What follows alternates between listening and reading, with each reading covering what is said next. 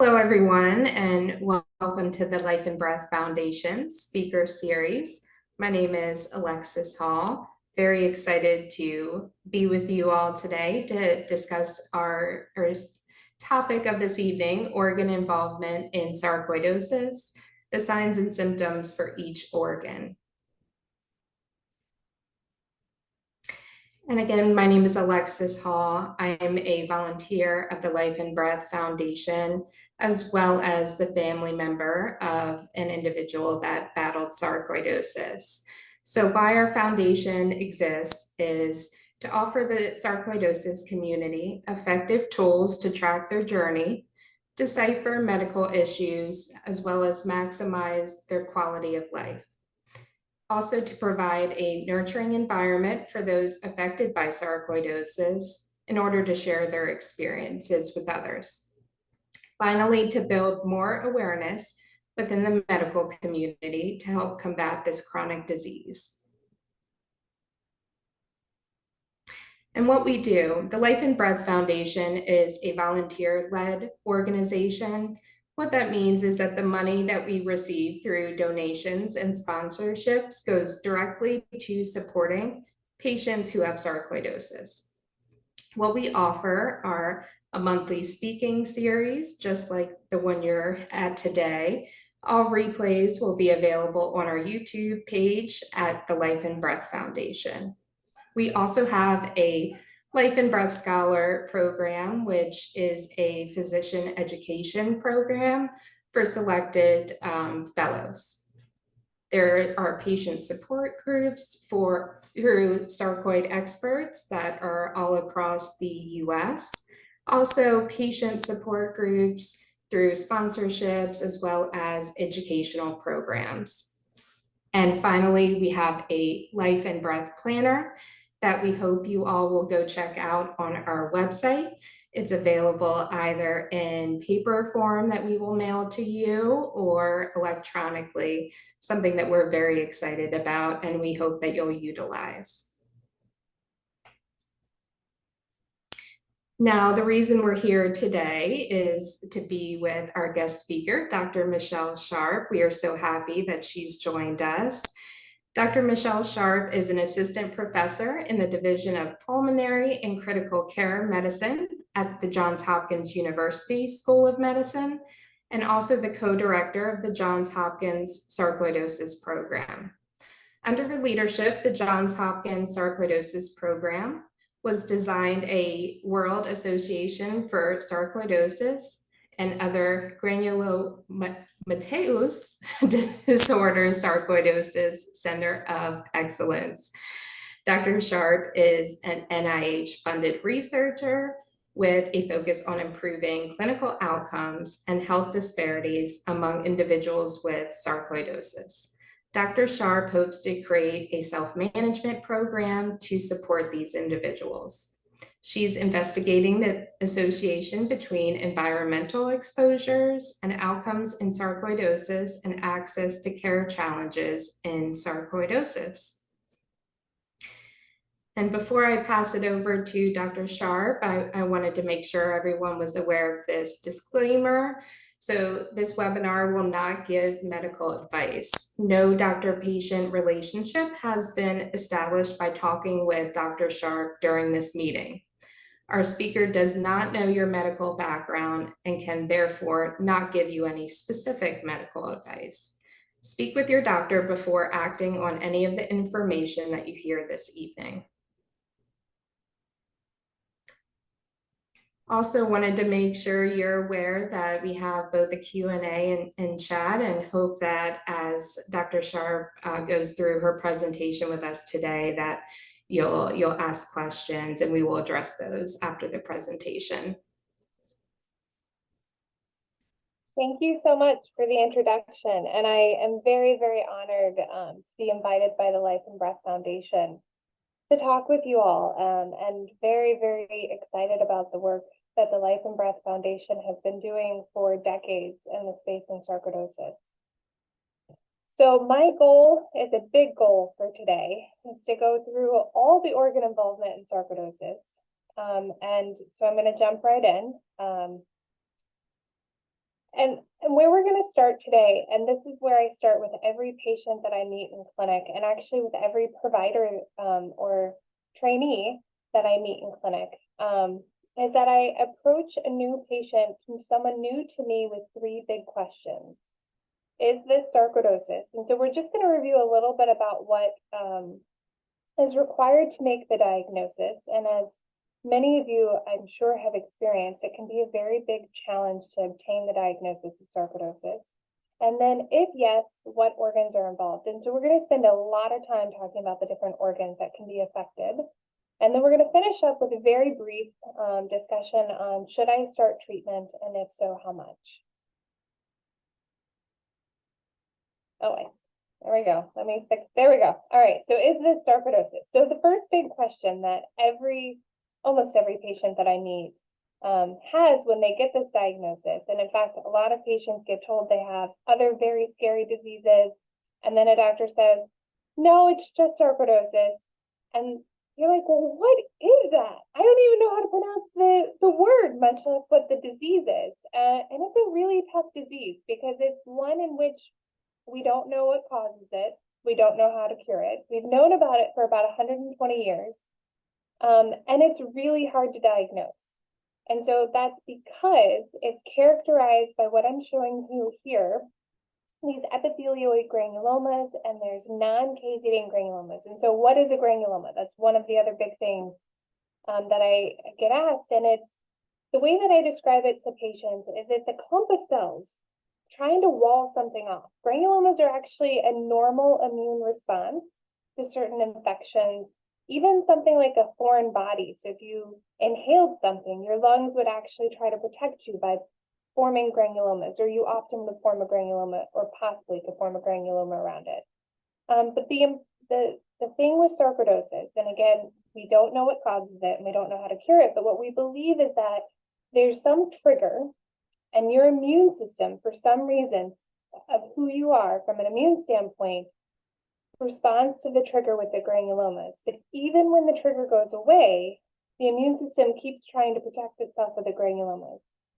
And so what I tell patients is something lit a match in your immune system. And I don't know if the trigger was bacteria in your skin, something in the environment, we really don't know yet.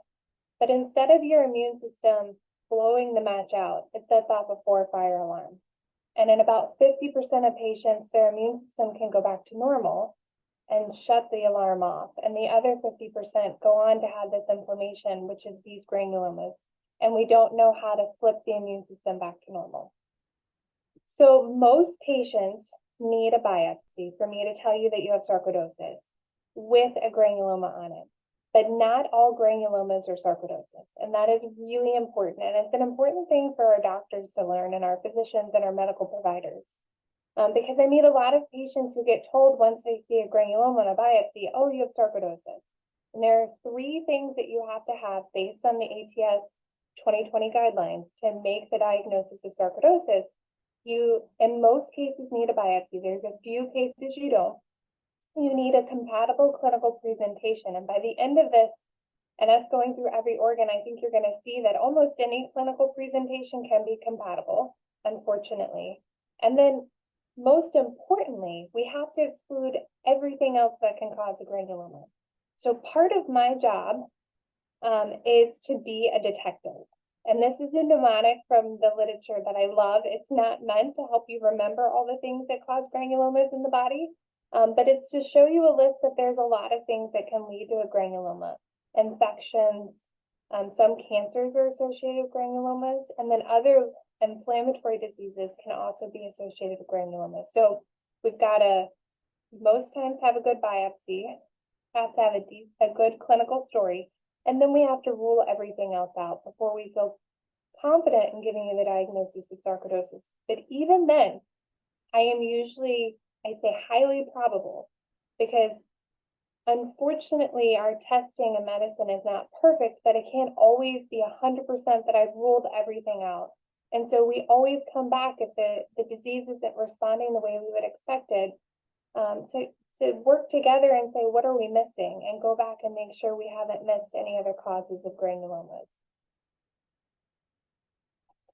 So I added this slide in, which I had not included last time I did a patient presentation, but I did this slide because someone wrote in a question about age and having sarcoidosis as an older age. And so in most textbooks, if you look at the age of onset in sarcoidosis, you'll see 20 to 40 years of age. Some textbooks will say up to 15 these days. But it's important to know that this is a disease that affects young individuals and on a whole. But there's a second peak, and there's a second peak that we're noticing greater than the age of 60 and more commonly in women or females compared to males, but not always. And we have no idea why. There's some hypotheses that maybe it's related to estrogen changes because it's more frequently seen in females, but we really have no true understanding. And then in this slide that I normally give in my medical talks, I talk about how the prevalence is uncertain, it's about 160 per 100,000 people in Sweden. There's a huge cohort in Sweden. It's 126 per 100,000 in Canada. And then I think this is really important. It's 519 per 100,000 among Black females in the United States. And so this is a disease that disproportionately affects Black females, and unfortunately, disproportionately affects Black females in that they have worse outcomes compared to other individuals with the disease. So the other important thing to note about the disease is that when I first meet you in clinic and we go through it and we together decide that you have sarcoidosis, the next question I usually get is, am I going to be one of the lucky 50% that it goes into remission, or I'm going to be one of the 50% that has chronic disease? And that's really hard to tell. And so it's really time. And so I go over this with patients and actually with my trainees that I teach about sarcoidosis. And I'm just going to walk you through the y-axis is sarcoidosis inflammation, and the x-axis is time. And my dotted line here is clinical symptoms. And I'm going to walk you through a few different patients. And so our first patient is an arrow, we're going to call them the blue arrow patient. And so they develop sarcoidosis inflammation over time, but you'll see they never actually have symptoms. And it gets better and goes away. And so these are patients that I may never meet. And then there's another patient who is, we'll call them green arrow patient, who you can see their sarcoidosis inflammation comes on really fast and they have really bad symptoms. And again, with research, we have no idea why some people it slowly comes on and some people it comes on really quickly. We treat that individual, and then at that moment, I have no idea, once we treat them, their inflammation goes away, their symptoms get better, if they're in remission or not. It's really waiting more time to see if that inflammation comes back. So we stop treatment and we follow over time, and we really hope that they're in remission.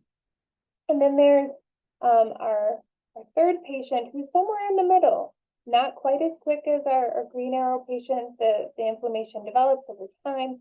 Unfortunately, it takes longer for them to be treated, but eventually they get treatment. Everything gets better. We stop or reduce treatment. And then unfortunately, their inflammation comes back. And so this patient is not in remission. They just improved with treatment. And it's really the time will tell. It's the 95% rule, not the 100% rule. But we think that if you're going to go in remission with sarcoidosis, you're going to do it in the first 2 to 3 years. And so that's why I spend a lot of time with my patients trying to figure out when their symptoms started, so that we together can sort through our timeline of when we think they might go into remission. And this ultimately is what I am working really hard to prevent as their physician when I meet patients, is that I really, really want to avoid the scarring that can happen in any organ. And what happens with that is that you have these intermittent inflammation episodes that ultimately over time can lead to scar or fibrosis. And I can't fix that. At least with our medications right now, currently, we are not good at reversing the scar. What I can treat is the acute inflammation. And so a lot of what we do in sarcoidosis is we play defense. And so we try to minimize the inflammation to prevent the scar. And so that is why one of the other questions that I got we treat often when there's known inflammation and organ damage. And so we're trying to prevent that organ damage or the threat of organ damage to occur by treating even if you don't have a lot of symptoms. All right, so this is the bulk of what we're going to talk about. If yes, what organs are involved? So I can't do a multi-organ talk without shouting out to my team. Sarcoidosis is a team sport, and this is our group. When I took over or joined the leadership with Dr. Chen in our program, one of the first things that I did is I got our team together. And so this is our neurology team, our cardiology team, and our pulmonary team. And we actually meet every Friday because my belief is that we should be working together on the physician side and the provider side to make patients' lives easier. And we should be coming up with a unified approach and treatment plan. Because these are all the different organs that can be affected by sarcoidosis. And so we're going to walk through this a little bit together. But as you can see, the percentages on the figure are the typical presentation of how frequently organs are involved. And so we're going to start with the top, the brain or the nervous system is about 5 to 15% of cases. The eyes, and I think you guys met or had a webinar with Dr. Birkenstock, who's one of our amazing ophthalmologists who helps co-manage our patients or manage our patients when they have ocular involvement. So the eyes, you can get something called uveitis, which is inflammation in the eyes, and it can actually threaten your vision. The lungs, so 90% of patients with sarcoidosis have it in their lungs. That's why traditionally lung doctors are the quarterbacks, or that's what we call them in our team. So we're kind of the generalists. We take care of all of the sarcoidosis, where we have our cardiology colleagues. It affects the heart, and 5 to 25% of the time, they really focus on cardiac sarcoidosis. GI, so the GI system is very interesting. If you have GI involvement, particularly intestinal involvement, you'll see that 0 to 3.4%. So usually if there's a lot of GI symptoms, diarrhea and whatnot, I'm worried more so that there's a different disease because there are other granulomatous diseases that are more common to affect the GI system. Specifically, Crohn's is a GI disorder that's associated with granulomas. But it affects the hepatosplenic area, so your liver and your spleen. And you can see liver is 50 to 65%. That's a lot of patients who have liver involvement. And there's not a lot that we know about, I will say, from the literature in liver involvement, other than that you can get granulomas. Most of the time, it's not a huge deal, but it actually can cause end organ damage. So it can cause cirrhosis if it goes untreated. And the liver and spleen can be very, very painful because what happens is the granulomas stretch or make your liver and your spleen get big. And the liver and the spleen are covered by a capsule. And when they get really, really big, it stretches the capsule and that causes a lot of pain in the belly. The good news is when you treat the sarcoidosis, it actually can make the liver and the spleen go back down and the pain gets much better. Going to the kidney or the renal system, it's about 5 to 20%, but the kidneys get affected. So 5 to 20% that you get granulomas in the kidney. But the kidneys really get affected by something called calcium vitamin D dysregulation. And I'm pretty sure I have another slide that we're going to talk through why I'm a little bit particular about my patients receiving vitamin D because of this potential problem that the granulomas have that can lead to calcium problems, which then can really affect the kidneys. Skin involvement, there's a lot of different ways that sarcoidosis can affect your skin. You can get bumps on your shins. That's called erythema nodosum. That can be very painful. There's also another skin manifestation, which is actually how sarcoidosis was first described over 100 years ago, where you get nodules around your eyes, under your nose. You can get them behind your ears and on the nape of your neck. And it's called lupus pernio, which is kind of tough because it's not related to lupus, it's a sarcoidosis manifestation. And it can be really tough to treat. and painful. And then the muscles can be involved. And I think this is probably the most under-recognized organ that can be involved. You can actually have inflammation of your muscles that causes a lot of pain, and something that is important to not forget about. I went through a lot very quickly. We're gonna go through each organ in just a minute, so don't be too worried. I promise I'm gonna come back. The one that I wanted to talk about was also bones and joints, because there was a question that came in about bone involvement. So you can have what, and I think the question did mention sclerotic bone involvement. So it looks like parts of your bone are being eaten up. And it's what we often see in cases of multiple myeloma, where the bone really gets like holes in it. And we have, again, no idea why, but some patients with sarcoidosis can have that. And actually, it's one of the few times where I can say treating with steroids can make your bones healthier, which is very rare, right? Because treating with steroids, usually we worry about bone strength. But you can actually have bone lesions that we pick up much easier these days because we do more MRIs and we can see the bone involvement. And then it can cause joint involvement. The joint involvement is really tough because sarcoidosis and diseases like rheumatoid arthritis often also they can be related, so you can have both. And so when there's joint involvement, we usually get our rheumatology colleagues to help us to make sure we don't have two additional diseases.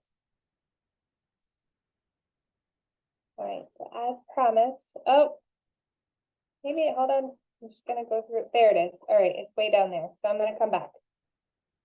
Sorry for that crazy slide scroll through. So pulmonary symptoms. So what do I expect you to have from a pulmonary standpoint if you have lung involvement?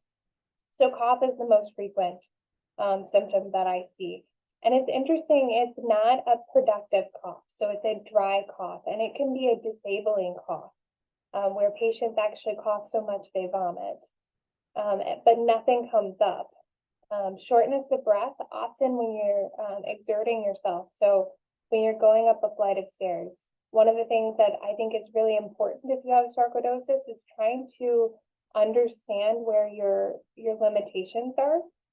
And what I mean by that is the more you move, the more I know if things are getting better or worse. And so I try to really figure out with my patients where their breathing is limited. And so what their activity level is it, going up 3 flights of stairs is fine, but if you go up 3 flights of stairs and you carry the laundry, that's hard. So that then in a year, if now you can't make it up 2 flights of stairs with nothing in your hands, that tells me that we're getting worse from a symptom standpoint. And then some patients can have wheezing associated with their pulmonary symptoms. And one that is, I think, on the cardiac symptoms, but also can be on the pulmonary symptoms, is you can have chest pain. And we really don't understand why in sarcoidosis you can have chest pain from your lungs, because the lungs don't have nerves that run through them. But it is a symptom that we see with patients. So let's go back to I think the next one we're going to do is heart. So cardiac symptoms, I started with chest pain.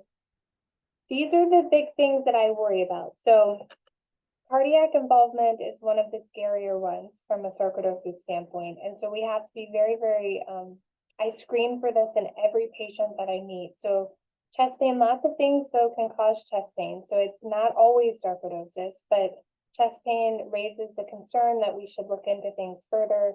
Heart racing or skipping, which we call palpitations, is really worrisome and something that we investigate. Passing out or feeling like you're going to pass out is something that worries me for cardiac symptom or cardiac involvement. And the reason is sarcoidosis affects your heart usually in one of 2 ways.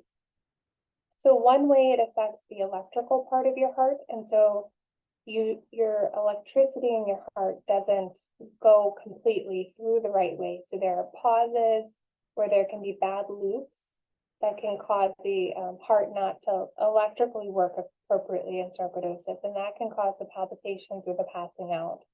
The other way it can affect your heart is it can cause heart failure, and that can be found or often presents with symptoms like leg swelling or edema, or shortness of breath laying flat, which we call orthopnea. Coming back, we're going to talk about eyes. So I know again that you guys heard from Dr. Birkenstock last month, but main eye symptoms that I screen for every time I see a patient is eye pain, red eyes, or bright lights flashing in your vision. I ask every patient that I see to see an eye doctor. I think that's really important when they first get diagnosed. And then anytime any of these symptoms might come up, I ask my patients to go see an eye doctor. It is also important to note, though, that the eye pain, patients with sarcoidosis have a huge amount of dry eye. And so while the eye pain, we always send patients to see the eye doctor, it may be dry eye, and unfortunately, it's hard to fix that. And so we use topical symptomatic management. Back to our big one. So we're going to go back to the neuro part next. And this is the other one that's really scary. For me, and something that I screen for every time I meet a patient, regardless of whether they're new or a follow-up in someone I've known for a while. And the reason is that we talked that sarcoidosis can affect your whole body, but it also can affect your nervous system in very different ways. So it can affect your brain in a way that you get something that looks like a tumor in your brain, and that can cause headaches. It can affect your eyes or the nerves that work with your eyes, and it can affect the nerves in your face. And it also can actually affect your hearing. So there are two nerves that run in a special canal, one that is hearing and one that does balance. And it can affect one that does your face and one that does hearing and balance. And it can affect both your facial nerve and that eighth nerve that does hearing. And so hearing loss can actually be a sign of neurologic involvement in sarcoidosis, and something that should be evaluated for if you have a patient with sarcoidosis. Now, I will say, though, it's important to know what type of hearing loss, because there are different types of hearing loss, or I have some patients joke that it's selective hearing loss. So what I really worry about is an acute hearing loss that is not from something being in your ear or from an acute infection. And so there are things that your physicians would need to screen for, your providers. So I would encourage you to talk with them if that were to happen. Numbness. So sarcoidosis neurologically can also cause something called small fiber neuropathy, where the nerves actually get affected, but it's the peripheral nerves. And so you can have numbness and tingling. It can affect your chest plate. So patients will say from their neck and their chest, it can be really, really painful, and painful to like wind blowing by pain. And then the small fiber neuropathy it can do almost anything that it wants to, but the other way that we see it is like a stocking effect in your legs. And it's often a neuropathy that travels up. And that one can be a very, very challenging one to treat. We're lucky in our program to have some world experts in it, but it requires a little bit of a different treatment approach than traditional sarcoidosis in other organs. And then you can have weakness. So you can actually have sarcoidosis affect your spinal cord. It can be patchy, and sometimes patients are first misdiagnosed with something called multiple sclerosis or MS. Or it can just affect an entire spinal cord and cause something called myelitis. So numbness, tingling, weakness, other things that I didn't include on the slide: headache, hearing loss, ringing in your ears. You can have pain in your face. All of those things are things that I look for and talk about with patients to try to screen for neurologic involvement. All right, as promised, this is my fun diagram of a granuloma. And so there's something special about some granulomas, and it's not a sarcoidosis specific thing. Any granuloma can have this. And we talked about your body can make granulomas for not normal reasons, but to fight infections, not just for sarcoidosis and for other reasons. There's a special enzyme. It's not important that you know what it's called, but it's an alpha-1 hydroxylase. And what it does, if your granuloma has this enzyme, again, not everybody with sarcoidosis has the enzyme on their granuloma, and it does not only happen for granulomas that are sarcoidosis granulomas.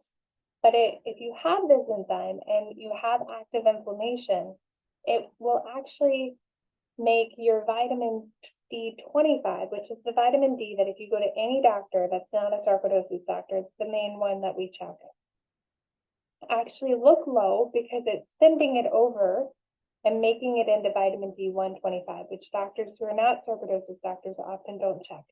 So if you only check this one, your doctor will say, oh, you need to take some vitamin D, and everybody loves vitamin D.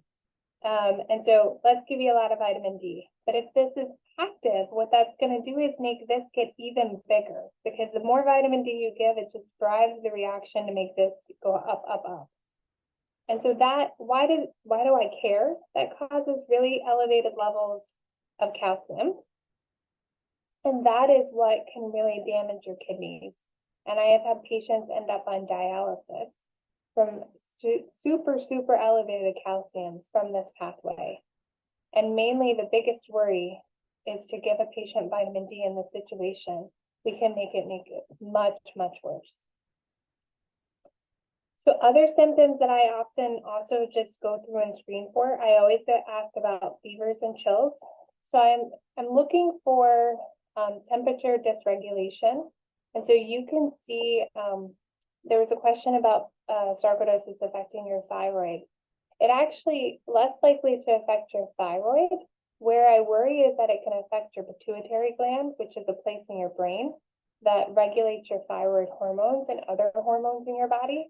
So I screen for temperature dysregulation or fevers and chills and night sweats. The other thing is that most of my patients are on medicines, and we're going to get to medicines, but the medicines that we use can increase your risk for infections, and the signs of infections are fevers and chills. And so I always ask about those. Weight gain or weight loss, and a lot of my patients, when I ask about their weight, are thinking that I'm asking about steroid side effects, and I am asking about steroid side effects, but it's actually more worrisome to me that patients are unexpectedly losing weight, because that means that their body is using more energy than it should. And two things that often your body uses more energy than it should is active sarcoidosis inflammation or cancer. And unfortunately, patients with sarcoidosis do have a slight increased risk of cancer. And we think that is because it's an immune dysregulation. So your immune system is not working correctly. And your immune system's job, the main two jobs that it has, is to fight infections and to eat bad cells before they become cancer. And so we think that that may be why sarcoidosis patients are at an increased risk of cancers. Small risk, but it is there. I always screen for rashes. We mentioned a little bit about cutaneous involvement. I have seen almost every type of rash you can think of for cutaneous involvement, and I just usually send our patients to our dermatologist for advice.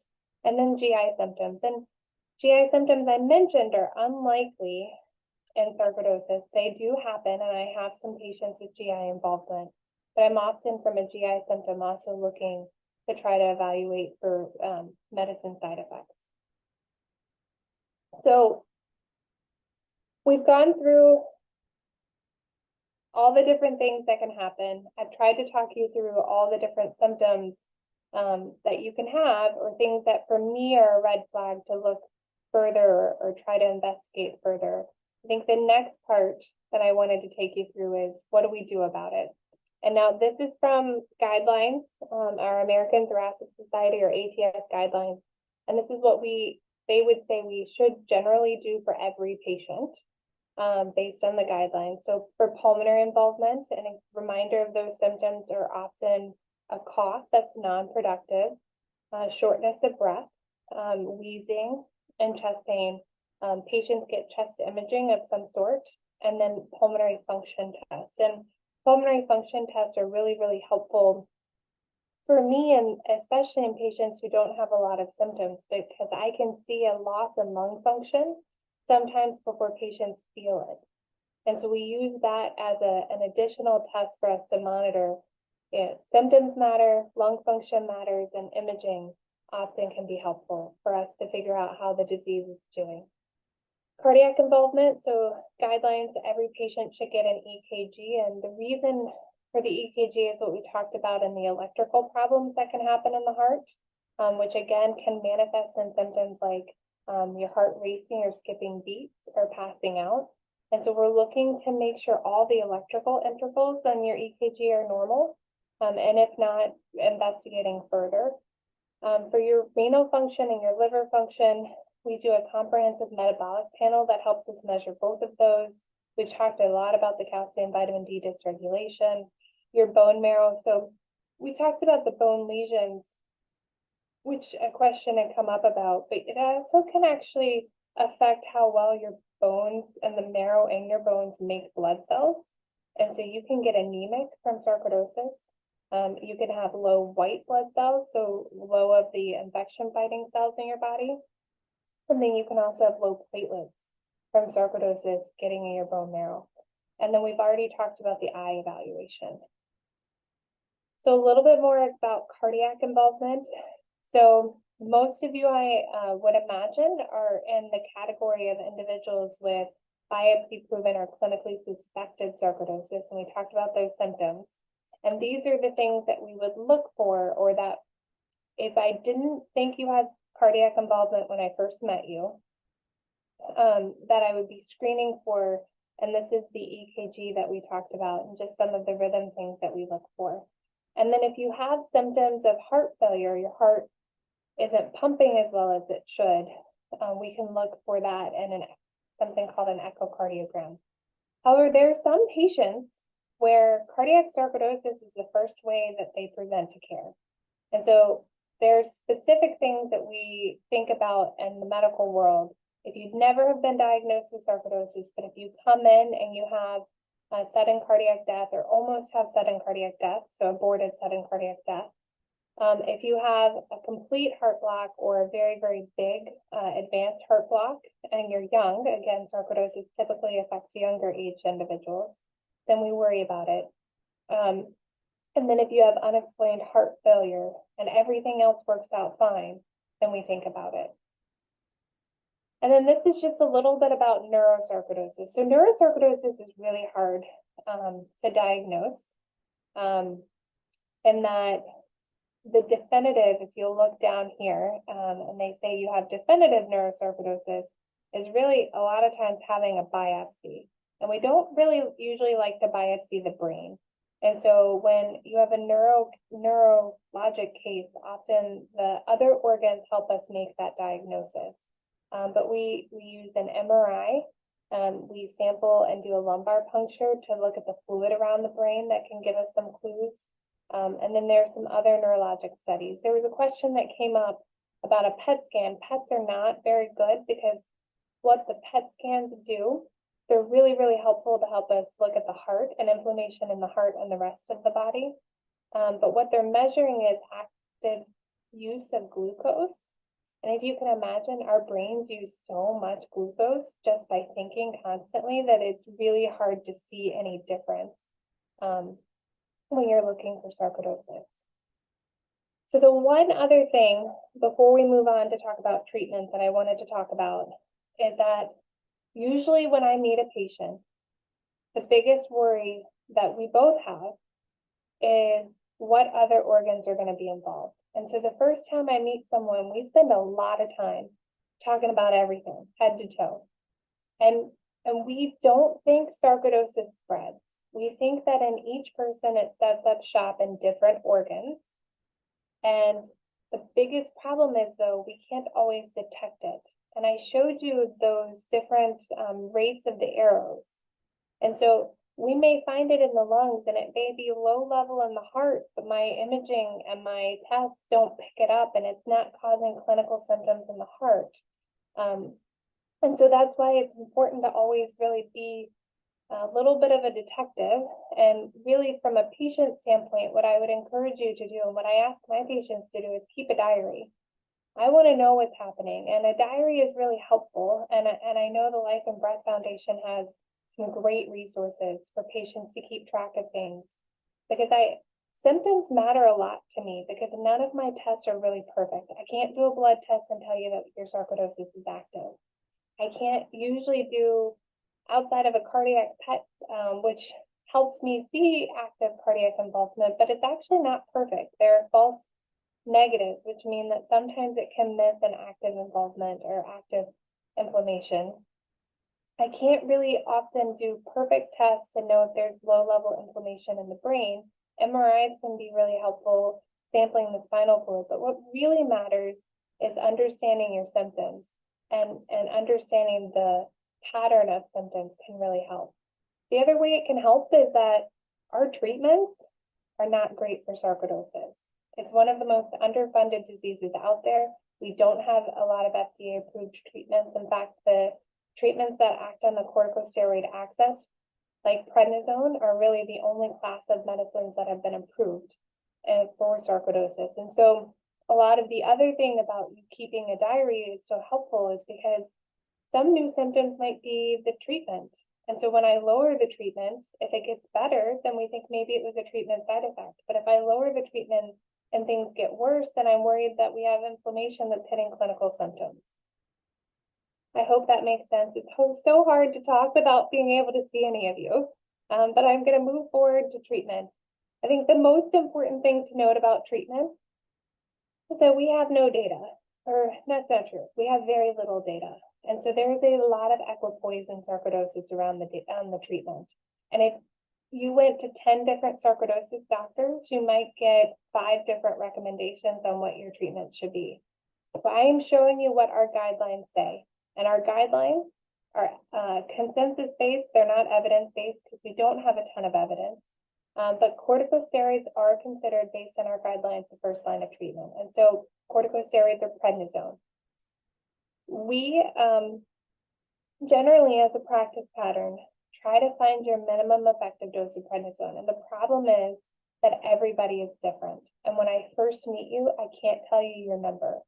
And I also think it's important to note that there's perfect control of your inflammation, and then there's controlling your inflammation enough to get your symptoms better and trying to balance the risk and benefit of the treatment, because we know that our treatments come with side effects. And so it's a balance, and it's really working as a team. Teamwork makes the dream work, and we are just members of our patient's team trying to help figure out where that balance is for each person, which is often different. From pulmonary, just general guidelines, 7.5 to 15 milligrams a day is usually what you need to control pulmonary involvement chronically. Again, it is a general guideline. There are some patients who need more, some patients who need less, and we treat based on organ dysfunction and symptoms. Cardiac involvement typically needs a little bit more, and then you'll see that brain and eye needs more. And I think that comes back to the inflammation versus scar. So the lungs, having a little bit of scarring in the lungs, most patients will be okay. And you can do okay with about 80% of your lung function without having a lot of symptoms. The heart, if you have scarring, you can be okay, but scarring in the wrong area can cause those bad rhythms. And so we tend to be a bit more aggressive in the heart to try to prevent bad rhythms and scarring. Eyes and brain, the eyes and the brain are not forgiving. So a little bit of scar in your brain or your spinal cord can really cause a lot of damage. And so we're very aggressive to try to get the inflammation of the eyes and the brain under control. Steroid-sparing agents. So the guidelines would say if you need 10 or more of prednisone, you should consider a steroid-sparing agent. I'm sharing the big ones that we use. Again, all of them are off-label, none of them are FDA approved. But in general, I'm going to take you to this that we put together with the support of our patient advisory board. Just a little diagram because I think it's a little bit easier. So prednisone is, again, guideline-based first-line treatment, has a lot of side effects. But the only thing that I know that will work 100% of the time, if you can tolerate the dose you need to control your disease. Methotrexate, I will say almost 100% of the time. Methotrexate is second line, it is the interesting and challenging thing for sarcoidosis is that it does affect all the organs, and there are some organs that we think respond differently based on the steroid-sparing agent. So methotrexate is effective 60 to 70% of the time, is what the literature would say. I can't tell which patients it's going to work in and which patients it's not going to work in. It tends to be a little bit better for the lungs than something like mycophenolate or Cellcept, but the cardiologists love mycophenolate for the heart, and the brain seems to really do well with mycophenolate. It crosses the blood-brain barrier and gets inside the fluid a little bit better. But methotrexate works too. Azathioprine is one that is in that group, but I will say hasn't had a lot of literature in the brain or the heart. The third line treatments are the TNF alpha inhibitors, and there's an asterisk because sometimes we use these sooner. TNF alpha inhibition, we briefly discussed small fiber neuropathy.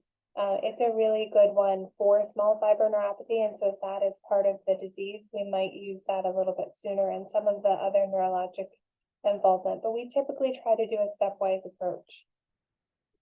And then these are just some other medicines that you might hear about or your physicians might talk to you about in certain cases. I'm looking at the time, and I think I have gone way over. I could talk about this all day, as you can tell. So I'm going to stop sharing so that we have some time for questions. Thank you, Dr. Sharp. That was very informative, and you answered so many of the questions already that were pre-submitted. So we've really made great use of the time and appreciate your presentation. One of the first pre-submitted questions that we have is, what can I do to reduce additional organ involvement? So I think that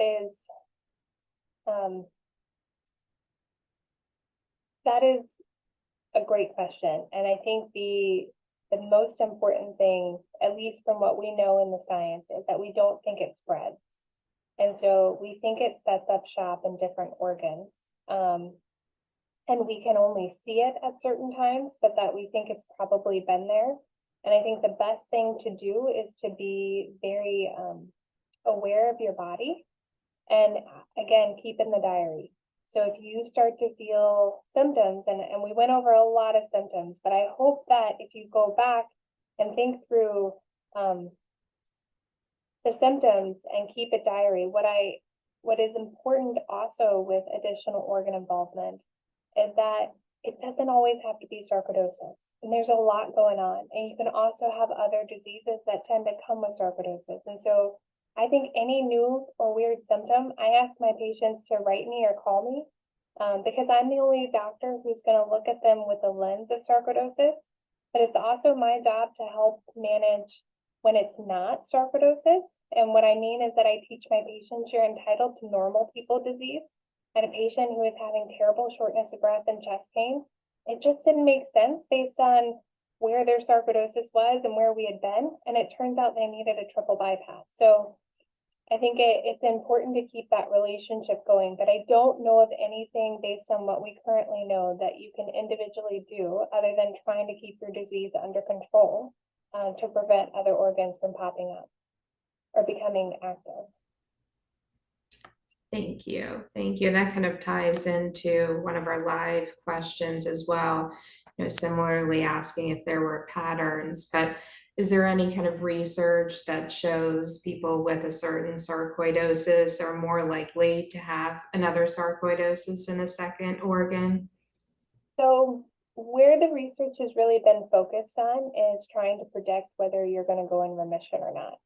And so they're having what we call multi-system sarcoidosis, which is 5 or more organs, is much more likely to not go into remission.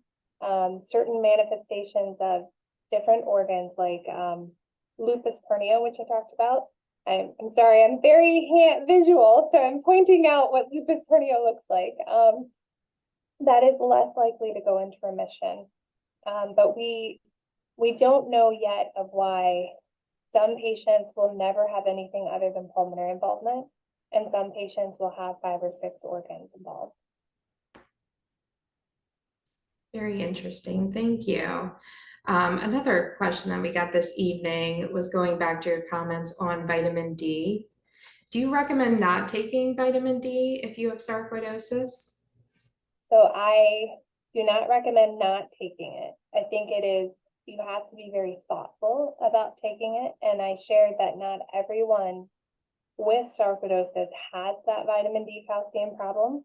And if you do have it, and I treat you, and I get your sarcoidosis under control, it actually goes away, right? Because it's part of the granuloma. So if the granuloma is gone, then the dysregulation's gone. And we talked about prednisone or corticosteroids or things that act on that pathway are the only thing FDA approved. And steroids actually can cause you to lose calcium in your urine and lead to bone loss. So short story is that it's a balance. I check the 25, the 125, and then a hormone that regulates the pathway before we start vitamin D.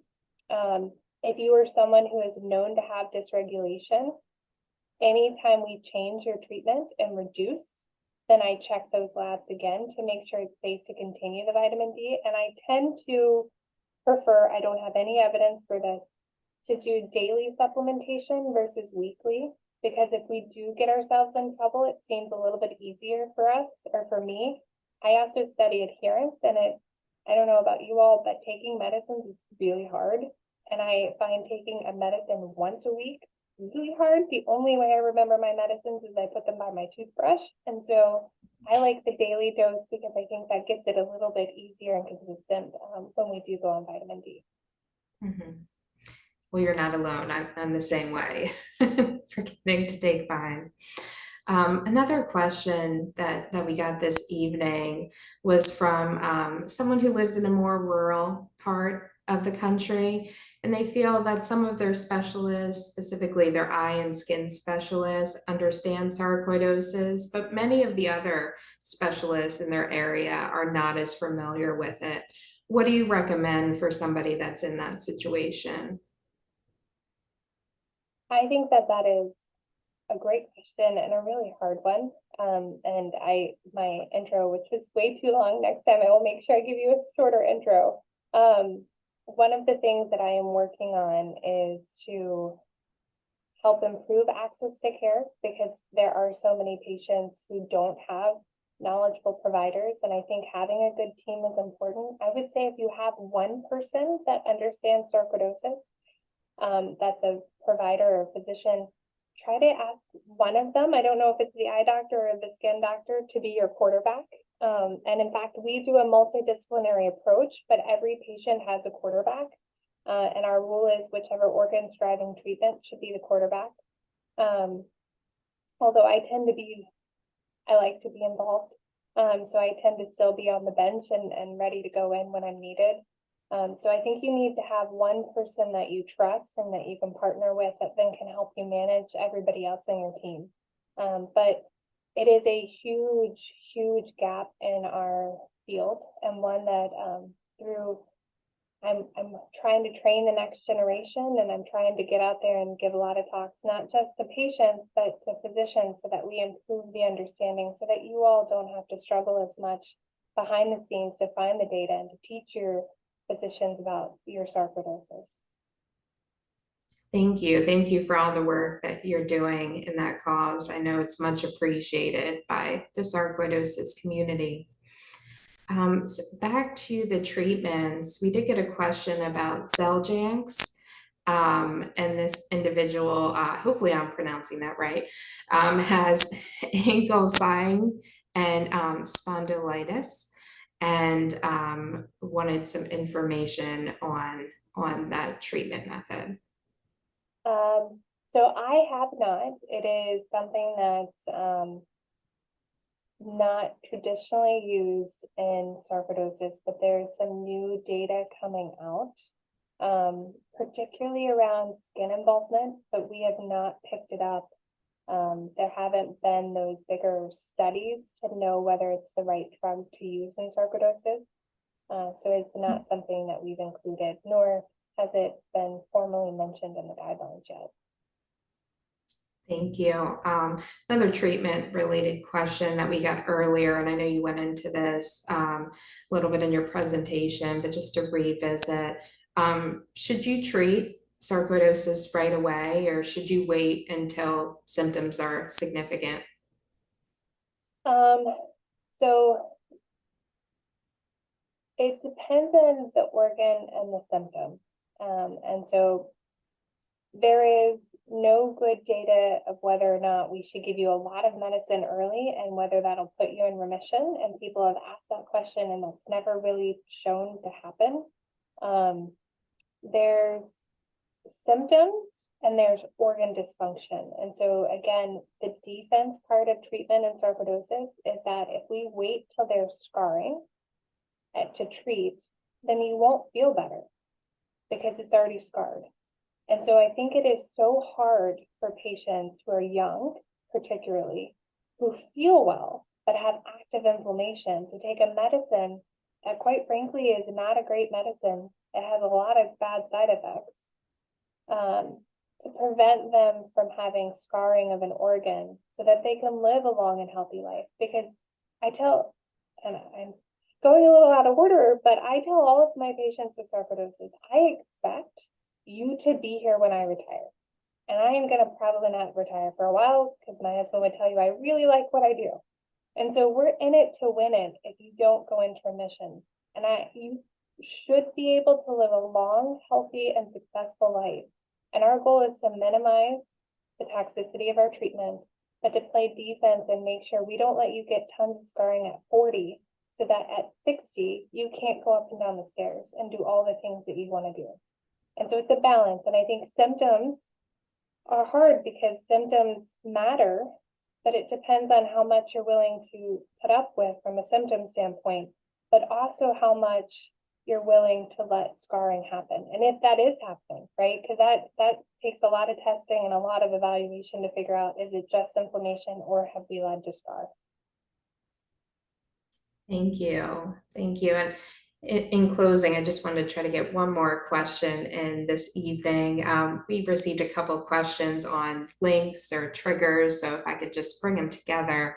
One about fibromyalgia, if that's been linked to cases of sarcoidosis, and also there was some interest in identifying if weather or elevation have been linked to sarcoidosis as well. So I think that fibromyalgia is associated, and we know that it can affect your small fiber, the nerves, but also I mentioned that it can really affect your muscles, and that has really not been well studied, and the different levels, because you can have lots of muscle involvement and you can have low level muscle involvement, which can just be diffuse pain. And I have a few patients that literally I can check a muscle enzyme in their blood and see their sarcoidosis. And for years they were told that they just had fibromyalgia and it was no big deal. And like, they have fibromyalgia is a big deal because it's very painful, but they also had like clinically ability to find disease from their muscles being actively inflamed. And so I think there is a link, but I think there's also potentially things that we're missing because we don't understand sarcoidosis as well as we should.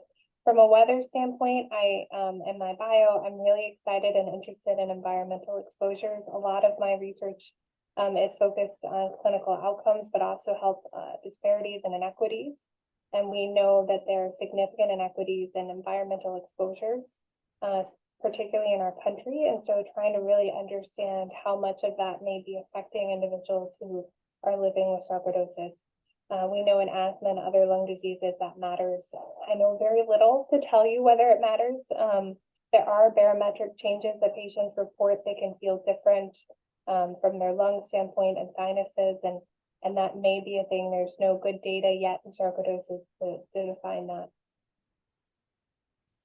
Well, thank you. And this really has gone by quick. We've been able to cover so much this evening. I think it's a good opportunity to kind of bring things to a close and We really appreciate you being here with us today, Dr. Sharp. It's been very helpful, very informative.